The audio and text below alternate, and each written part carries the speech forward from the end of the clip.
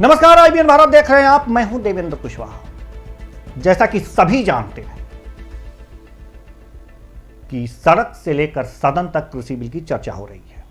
किसान आंदोलन कर रहे हैं और सरकार बिल को वापस न लेने के अपने संकल्प पर अड़ी हुई है।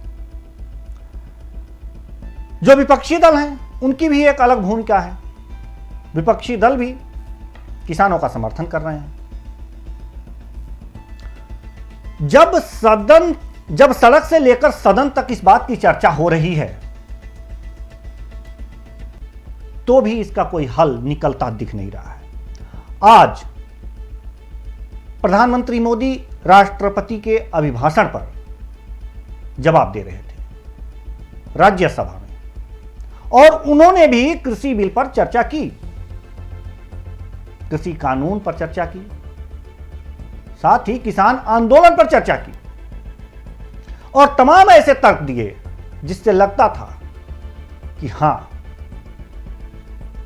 पीएम के अंदर यानी कि सरकार के अंदर जो छोटे किसान हैं, जो 86% छोटे किसान हैं, उनका दर्द झलक रहा है और हो सकता है कि इस बिल में ऐसे प्रावधान किए गए हों कि जिससे छोटे किसान खुशहाल हों।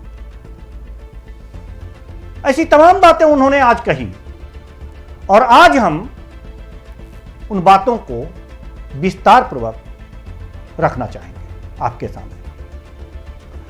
सबसे बड़ी बात यह है कि छोटे किसानों का दर्द आखिर किसने समझा। प्रधानमंत्री नरेंद्र मोदी ने चौधरी चरण सिंह की बातों को कोट करते हुए कहा सदन में, उन्होंने कहा कि 33% किसान ऐसे हैं जिनके पास 2 बीघे से कम जमीन है। 18% जो किसान कहे जाते हैं उनके पास 2 से 4 बीघे जमीन है। ये कितनी भी मेहनत कर लें, इनकी खेती से इनकी रोजी रोटी नहीं चलने वाली। उन्होंने साफ और स्पष्ट शब्दों में कहा है।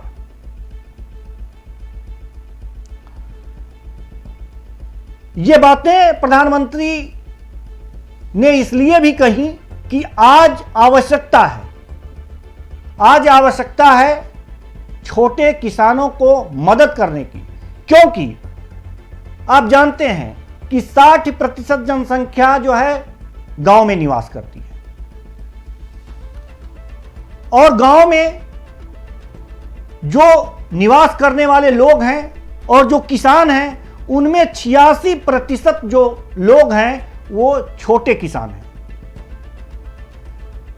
ये आंकड़े हैं। उनको सरकार किसी भी मद में फायदा नहीं पहुंचा पाती। प्रधानमंत्री ने इसका उदाहरण देते हुए कर्ज माफी को एक उदाहरण के स्वरूप में लिया कि जब भी चुनाव आते हैं तो चुनाव के दौरान किसानों के कर्ज माफ किए जाते हैं। वास्तव में आखिर यह कर्ज माफ किसके होते हैं? जो बड़े बड़े किसान होते हैं, क्योंकि छोटा किसान कर्ज के जाल में फंसना ही नहीं चाहता। उसको सबसे बड़ी बात यह है कि लोन जल्दी मिलता ही नहीं। तमाम ऐसे प्रावधान करने पड़ते हैं, इससे भाग दौड़ करनी पड़ती है, उससे वो अलग ही रहता है। और जो कर्ज मिलते भी हैं वो बहुत कम, उसका कोई विशेष मतलब नहीं होता। और बैंक का ब्याज यह भी चुकाना होता है। ऐसे में जो किसानों के ऋण माफ होते हैं, प्रधानमंत्री ने कहा है सदन में ये बातें कि जो किसानों के ऋण माफ होते हैं वो बड़े किसानों के होते हैं। और ये बातें आंकड़ों में स्पष्ट है कि जो एमएसपी कानून कहा जा रहा है या एमएसपी की गारंटी मांगी जा रही है किसान संगठनों द्वारा, तो किसान के क्रय केंद्रों पर कितने प्रतिशत किसान पहुंचते हैं? 14%।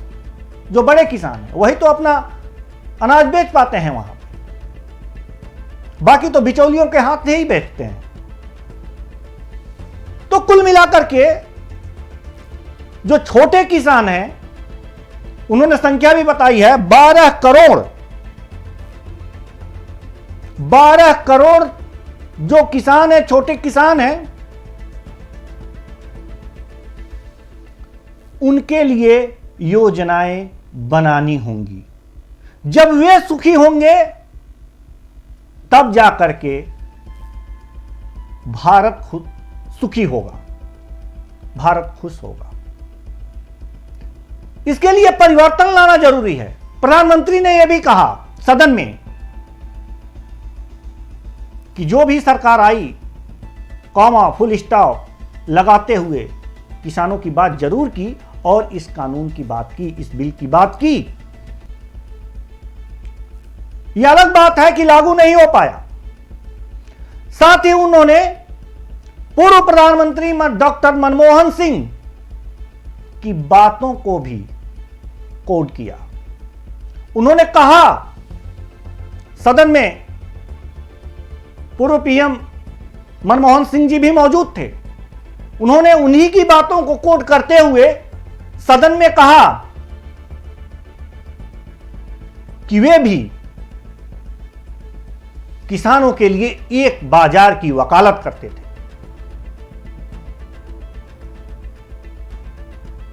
फिर आज जब इस तरह की बातें होनी जा रही हैं, कुछ बदलाव होने जा रहा है, तो फिर विरोध क्यों? उन्होंने साफ साफ कहा कि राजनीति और राष्ट्रनीति में हमें किसी एक को चुनना होगा। राजनीति और राष्ट्रनीति बहुत बड़ी बात है। राजनीति सत्ता हथियाने के लिए किया जाता है, लेकिन राष्ट्रनीति राष्ट्र को मजबूत करने के लिए किया जाता है। चाहे पक्ष हो या विपक्ष हो, सरकार हो या विपक्ष हो, अगर वह जरूरी समझे तो राष्ट्रनीति के हिसाब से चलना चाहिए। वास्तव में जो सही है उसको सही कहना चाहिए, चाहे आप विपक्ष में हो या फिर सरकार में हो। अगर गलत है तो चाहे आप की पार्टी सत्ता में हो या फिर आप विपक्ष में हो, उसका विरोध करना चाहिए। तभी राष्ट्रनीति संभव हो पाएगी, तभी देश आगे बढ़ पाएगा। वरना सत्ता के लिए राजनीति तो होती रहेगी। देश का विकास कैसे हो और किस तरह से हो, किस रास्ते पर चल करके हो, यह जरूरी होता है। और कोई भी पार्टी सबसे पहले उसका उद्देश्य यही होना चाहिए कि वो राष्ट्रनीति पर कायम रहे। बाकी बहुत से मुद्दे हैं जिस पर राजनीति की जा सकती है, उलटफेर किया जा सकता है, लेकिन जब विकास का मुद्दा हो, राष्ट्र का मुद्दा हो, तो उसमें सबको एक होना चाहिए। ये सारी बातें जानने और समझने योग्य हैं। पीएम मोदी ने जो किसानों से कही है, जो विपक्ष से कहा है, उसको समझना चाहिए और समझ करके उन प्रावधानों को बिल से अलग कराना चाहिए जिस पर संशय है।